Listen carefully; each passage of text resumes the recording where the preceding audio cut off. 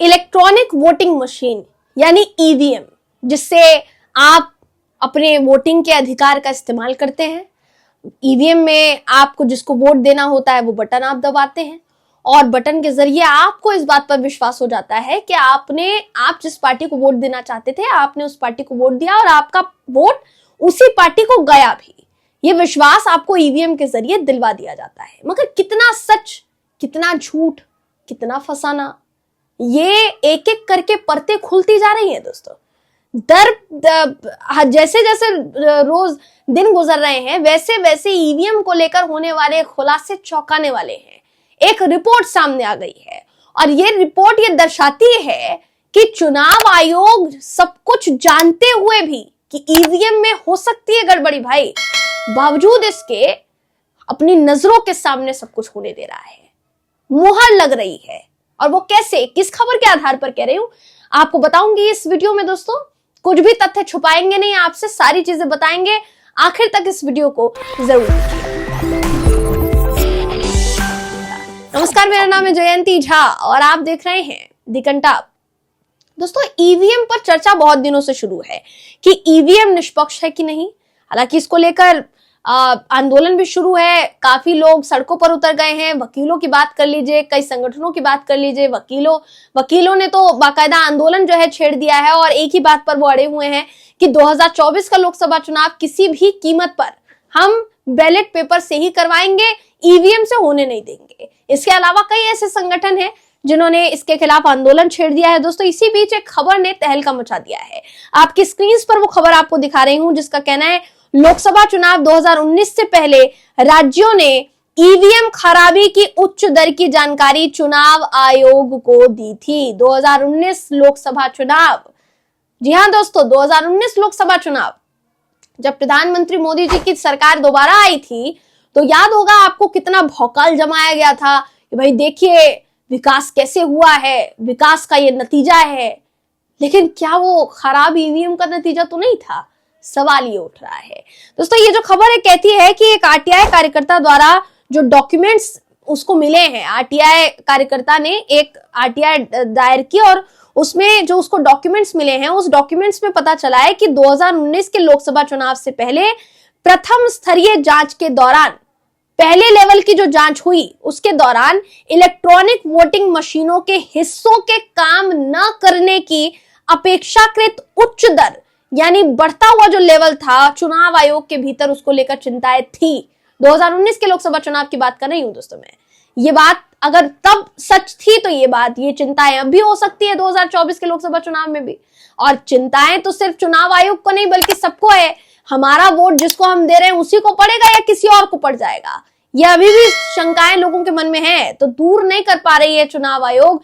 क्या चुनाव आयोग के दिमाग में अभी भी वही शंकाएं जो 2019 के वक्त में चल रही थी? और 2019 के वक्त में क्या कि भाई कई ईवीएम मशीन के पार्ट्स काम नहीं कर रहे थे और बावजूद इसके कई शिकायतें दी गई, उस पर चिंताएं व्यक्त की गई, लेकिन फिर भी कुछ किया नहीं गया। इंडियन एक्सप्रेस की रिपोर्ट के मुताबिक इस संबंध में जो प्रथम स्तरीय जांच हुई उसमें ईवीएम की बैलेट यूनिट और कंट्रोल यूनिट के साथ साथ मतदाता सत्यापित पेपर ऑडिट ट्रेल यानी वीवीपैट की प्रारंभिक तकनीक की जांच शामिल है।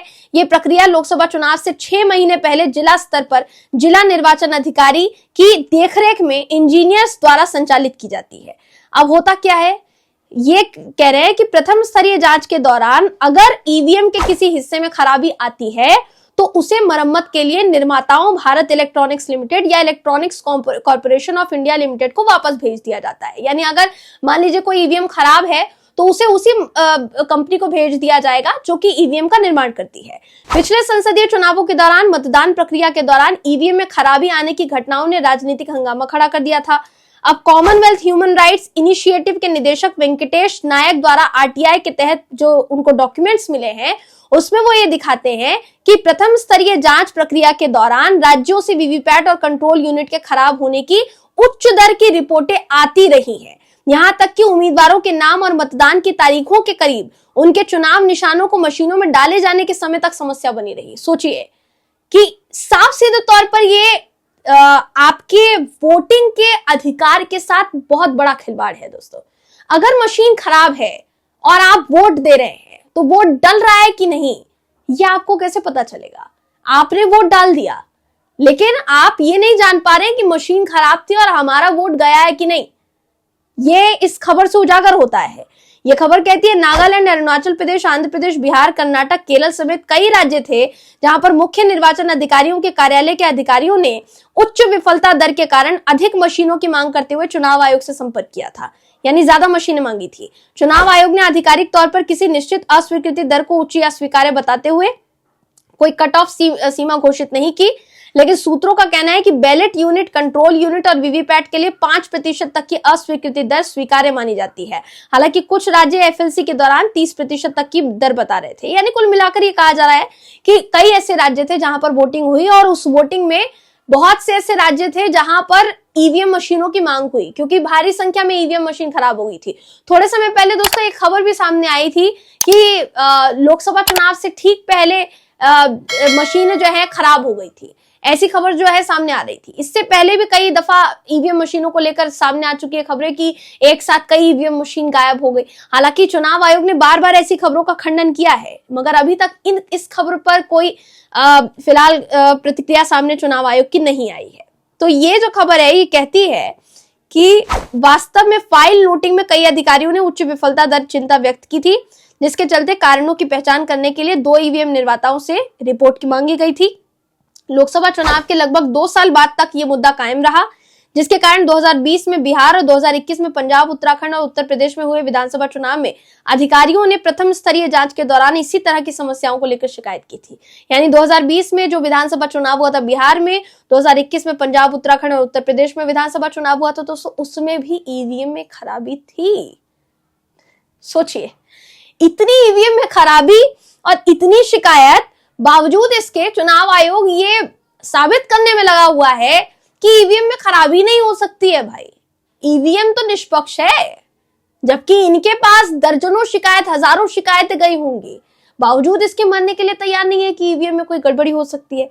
ये रिपोर्ट बताती है कि नायक द्वारा जांचे गए एक पत्र के मुताबिक 13 अक्टूबर 2021 को चुनाव आयोग के एक अधिकारी ने यूपी, उत्तराखंड, पंजाब में विधानसभा चुनाव से पहले एफएलसी के दौरान वीवीपैट कंट्रोल यूनिट की उच्च अस्वीकृति दर को चिन्हित किया था। यह खबर यह भी कहती है कि 2019 के लोकसभा चुनाव के बाद तकनीकी विशेषज्ञ समिति ने भारत इलेक्ट्रॉनिक्स लिमिटेड या इलेक्ट्रॉनिक्स कॉर्पोरेशन ऑफ इंडिया के साथ एक विस्तृत विश्लेषण किया। कोविड-19 के कारण विश्लेषण में देरी हुई थी। विश्लेषण में निष्कर्ष निकाला गया कि वीवीपैट की प्रतिस्थापन दर को कम करने और ये सुनिश्चित करने के लिए कि मतदाताओं को कोई असुविधा ना हो, कुछ सुधारात्मक कार्रवाई करने की आवश्यकता है। आवश्यकता तो बहुत है, बहुत जरूरत है सारी चीजों की देखरेख करने की, मगर क्या उस जरूरत को, उस आवश्यकता को पूरा किया जा रहा है? सवाल तो सीधा सा ये है। हम तो इस पर आपकी राय जानना चाहेंगे दोस्तों कि चुनाव आयोग का रवैया आपको ईवीएम के प्रति ढुलमुल नजर आ रहा है या फिर नहीं आ रहा है। और 2019 के लोकसभा चुनाव को लेकर अगर इतनी शिकायतें चुनाव आयोग के पास गई थी, तो चुनाव आयोग को इस पर स्पष्टीकरण देना चाहिए कि 2019 का लोकसभा चुनाव आखिर इतनी भारी संख्या में ईवीएम खराब होने के बावजूद भी कैसे संपन्न करा दिया गया। सवाल तो ये उठ रहा है दोस्तों। आप इस पर क्या सोचते हैं? आपकी इस पर क्या राय है? कमेंट करके हमें जरूर बताइएगा। अगर आपको ये वीडियो पसंद आया हो तो वीडियो को लाइक कीजिए, शेयर कीजिए, चैनल को सब्सक्राइब करना बिल्कुल भी ना भूलें। फिर मुलाकात होगी आपसे अगली वीडियो में। तब तक के लिए नमस्कार।